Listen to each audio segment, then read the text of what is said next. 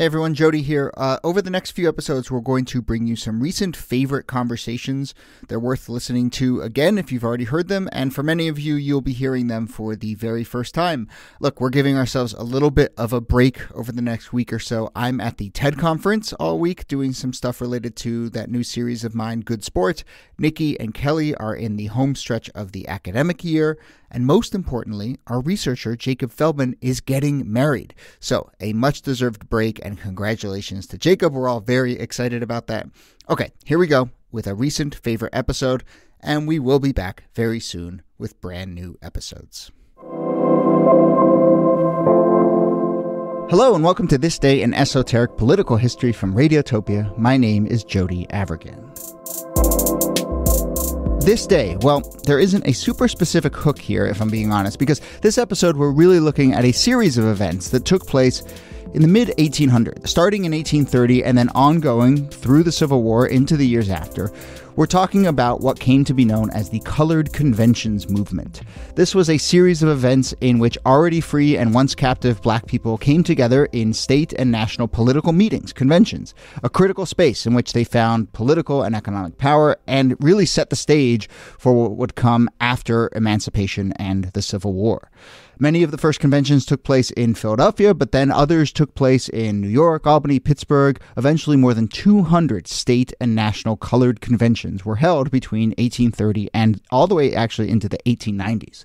So, here to talk about the colored convention movement and how they tracked the evolution of black thought and black power in this moment are, as always, Nicole Hemmer of Vanderbilt and Kellie Carter-Jackson of Wellesley. Hello there. Hello, Jody. Hey there.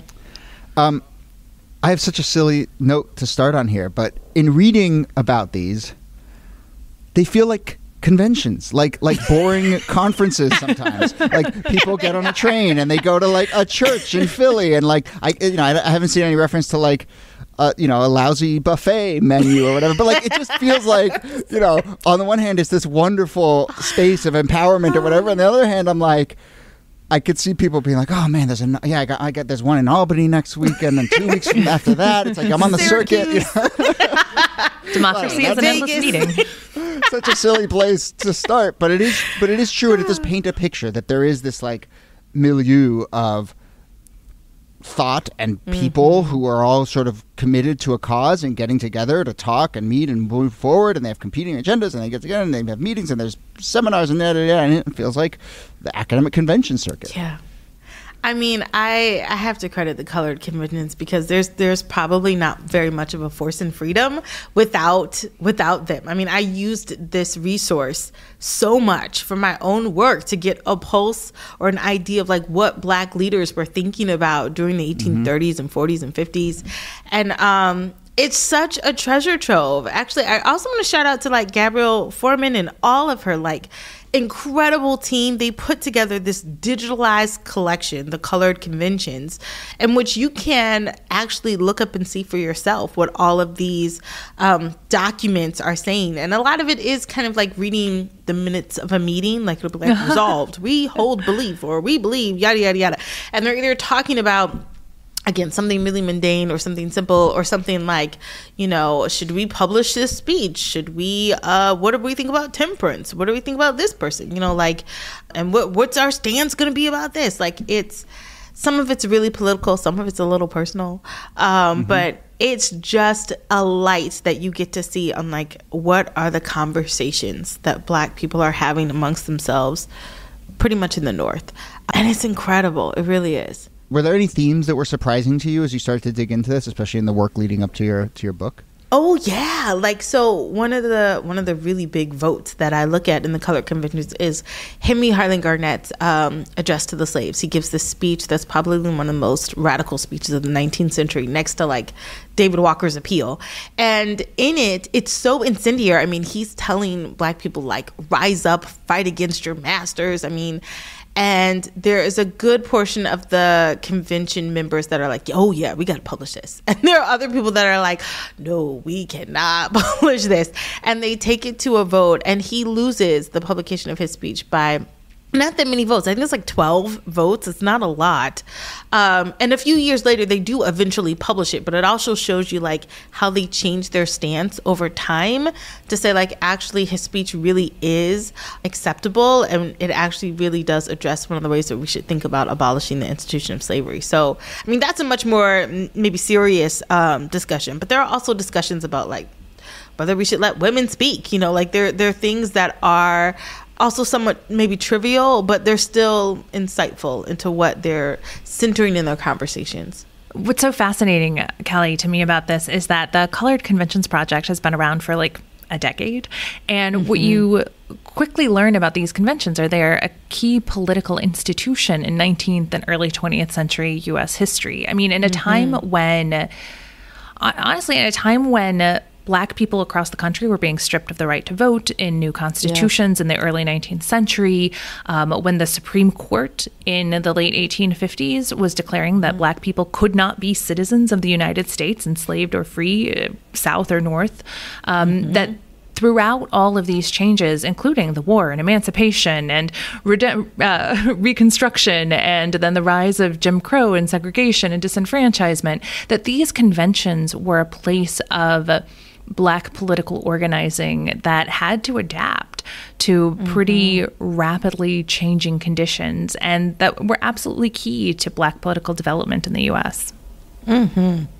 How contained is the sphere that is represented at these conventions? I mean, is this really like the thought leaders, the academics, and then, or does it extend beyond that? And does it feel like a more expansive conversation? And then I guess part of that question is also, to what extent is this about, let's have a conversation within our community, or how much is it let's enact something that can feel like it can offer political and economic pressure and go outside the halls of this convention? Oh man, I mean, all of the above. Like, I mean, in a lot of ways, some of them are very insular meetings that are just meant to happen among a small collective of people, and they don't have very much impact outside of that meeting. But a lot of these meetings are meant to really determine the direction in which Black people should go, where they should sort of harness their activism and their agitation, and what should be on the top of the list. On the top of everybody's list is slavery. But, you know, aside from that, when you get at lower level discussions about, well, what about temperance, or what about education, or what about, newspapers are also publishing a lot during this time, and what gets included in that, a lot of the minutes of these conventions are also published in newspapers. I mean, you know, a lot of these circles, I think, are still made up of men, predominantly men. Women can certainly be in attendance, but it was still really shunned in the 19th century for women to speak out, which is why it's so rare and powerful when you hear them speaking. Someone like Mariah Stewart, per se, or, you know, Marianne Shad Carey, who becomes the first like newspaper editor, woman newspaper editor, Black woman newspaper editor. But it's harder to see women's voices in these stories than it is men. But not everybody there is highly educated. I mean, Frederick Douglass is speaking in all of these, and he hasn't had a single day of education in his life. So it's not necessarily about learned men or intellectuals coming together. It's really about community leaders.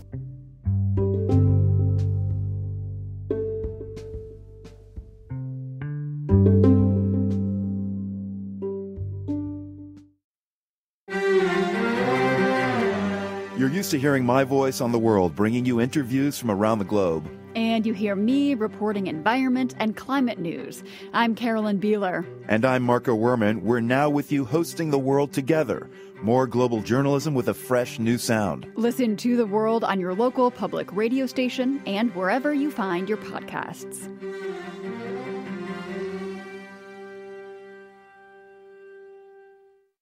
You mentioned slavery as one of the drivers of this. I found it fascinating that the colored conventions in some ways come together at first in response to white violence in the North, this riot that happens by white people trying to essentially exterminate, to push out, to ethnically cleanse the area of Black people. And the response to that was, we need more political power in order to contain or to help stop or diminish this white violence against Black people, that there needed to be a politics in response to extra political, extra legal acts of violence. Oh, absolutely. I mean, the 1830s are notorious for these anti-abolitionist, anti-Black riots where they're destroying Black schools, Black interracial schools, Black churches, Black homes and businesses. And there's always a response to this violence. It's never just violence happens and then Black people just sort of scurry away. They're always responding, sometimes with violence, as I write about in Force and Freedom. But like, shameless plug. But like, they're always responding to these outbreaks. And so these conventions, they really let you know how people are feeling, the frustration that people have, some of the helplessness that people have, but also a lot of their empowerment too, how they believe they can come together to address these grievances. And so the fact that they are not just a blip, but they continue for decades shows you the power of like collective action and collective thought when people come together, how they can brainstorm these ideas is really quite revolutionary. The gathering that's generally regarded as the first in the colored conventions era was in 1830 in Philadelphia, but it's often said that that was kind of in response to an incident like you were referring to, Niki, in Cincinnati in 1829, where hundreds of white Irish immigrants in Cincinnati invaded the African-American neighborhood there and drove many of the Black residents of Cincinnati out of the city. Maybe we should do an episode on that. I didn't know about that history. So that's sort of the origin story. And then, but I want to cut a little bit to, 30 years later or so, especially, during the Civil War, to have these conversations. And then in the immediate aftermath, I mean, one of the more notable colored conventions was in South Carolina in 1865, less than a year after the fall of the South. And, there's all sorts of reports about needing security at the doors and sort of what it was like to have this convention in the heart of the South, less than a year after the war ends. Yeah. But what is the context of war due to these conversations and these conventions, and how does it sort of navigate through the war and into the years after? I mean, gosh, what's so remarkable is that Black people didn't need a whole lot of time to get to work. Like, they were on the ground as these things were happening and as slavery ends, actively thinking about, okay, where do we go from here? What do we do? How do we mobilize? How do we get our children educated? How do we get Black elected officials? I mean, like, to me, Reconstruction is so mind-boggling because it's like, it's the only country in the Western Hemisphere in which you get enslaved people being elected officials within one generation. Sometimes within a few years, you have Black elected local officials. And so I think these Black conventions really serve as like a dress rehearsal, because what they're doing in those planning of those conventions really sets them up for when Reconstruction comes to be leaders in their own communities, but official political leaders in their communities, not just informal, not just, ministers of their churches, but really having a voice on a local state or national stage. And they're trying to agenda set. They're really trying to, set the stage for the rights that they want. I mean, a lot of the 14th Amendment is because of these colored conventions that were like, we need protections. What does freedom mean to us in the North if we don't have citizenship, as Niki was saying earlier? If we don't have the protection of being a U.S. citizen, like, how do we make sense of our status? And so that's what you see post-Civil War. It also strikes me that another interesting moment to look at with these conventions is how they kind of start to come to an end in the early 20th century. And Kellie, help me think through this. It seems as though they come to an end in a way because there are these formalized institutions and organizations that emerge, like the National Urban League and the National Association for the Advancement of Colored People, the NACW, which was the Organization of Colored Women. Like, that there was this way in which the conventions don't necessarily go away, but that they're formalized into these new institutions. Is that right? No, that's absolutely right. You do get, instead of, like mom and pop organizations, now you have these large organizations that span the country that have branches of, you would have a branch of the NAACP in a different state or a different city or something like that. But I think it allows them to mobilize easier and also join organizations with a specific agenda attached to it. So if you joined the Urban League, it was because you were invested in entrepreneurship and business and you wanted to play a role in that. If you joined the NAACP, it was because you wanted to think about the law or civil rights in a specific kind of way. If you joined a Black women's group, it's because you wanted Black women to be centered in this effort. And so everyone, it's not that they're no longer a part of these conventions, but now they're specializing, if you will, into factions that make sense for anyone who wants to join.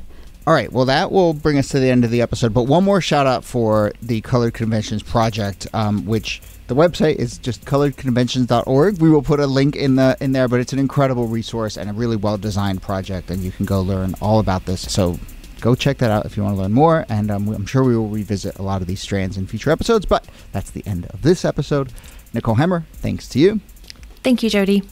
And Kellie Carter-Jackson, thanks to you. My pleasure.